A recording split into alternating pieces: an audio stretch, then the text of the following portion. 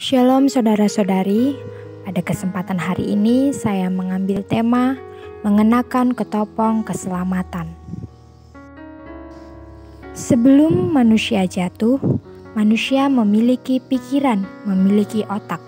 Tetapi setelah manusia jatuh, sebagian besar dalam pikiran manusia, dalam otak manusia tidak seperti semula yang ditetapkan Allah dan dikehendaki Allah.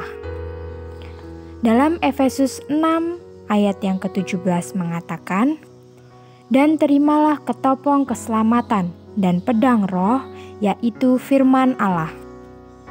Saudara-saudari, ini memperlihatkan bahwa manusia perlu diselamatkan.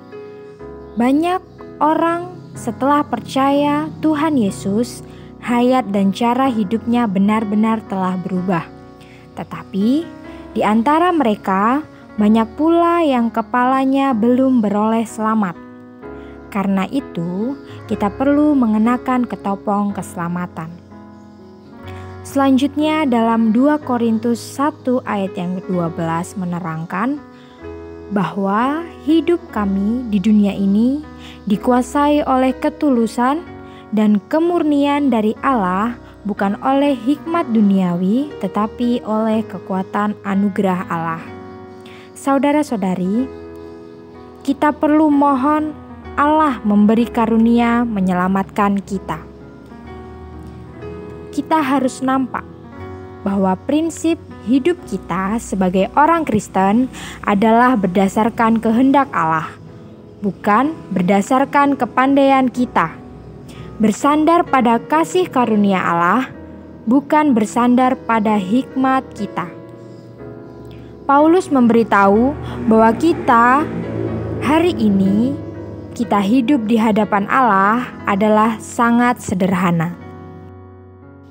Dalam Efesus pasal yang keempat ayat yang ke-23 mengatakan, supaya kamu dibaharui di dalam roh dan pikiranmu. Orang bisa memahami atau tidak bisa memahami kehendak Allah bukanlah tergantung cara, melainkan masalah orangnya. Banyak orang yang mengerti cara untuk mengetahui kehendak Allah, tetapi karena orangnya tidak benar, maka mereka tetap tidak dapat memahami kehendak Allah. Saudara-saudari, orang yang bagaimana dapat mengetahui kehendak Allah? Yaitu orang yang diselamatkan Allah terlepas dari kekuatan. Selanjutnya, ayat yang terakhir dalam Roma pasal yang ke-8 ayat yang ke-5 sampai dengan ke-6 mengatakan, sebab mereka yang hidup menurut daging memikirkan hal-hal yang dari daging. Mereka yang hidup menurut roh memikirkan hal-hal yang dari roh. Karena keinginan daging adalah maut, tetapi keinginan roh adalah hidup dan damai sejahtera.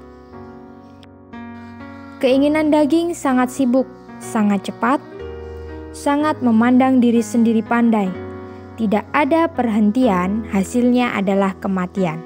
Sedang keinginan roh tidak diatur oleh hikmat alamiah, hanya menerima pengaturan perintah Allah. Hasilnya adalah hidup dan damai sejahtera.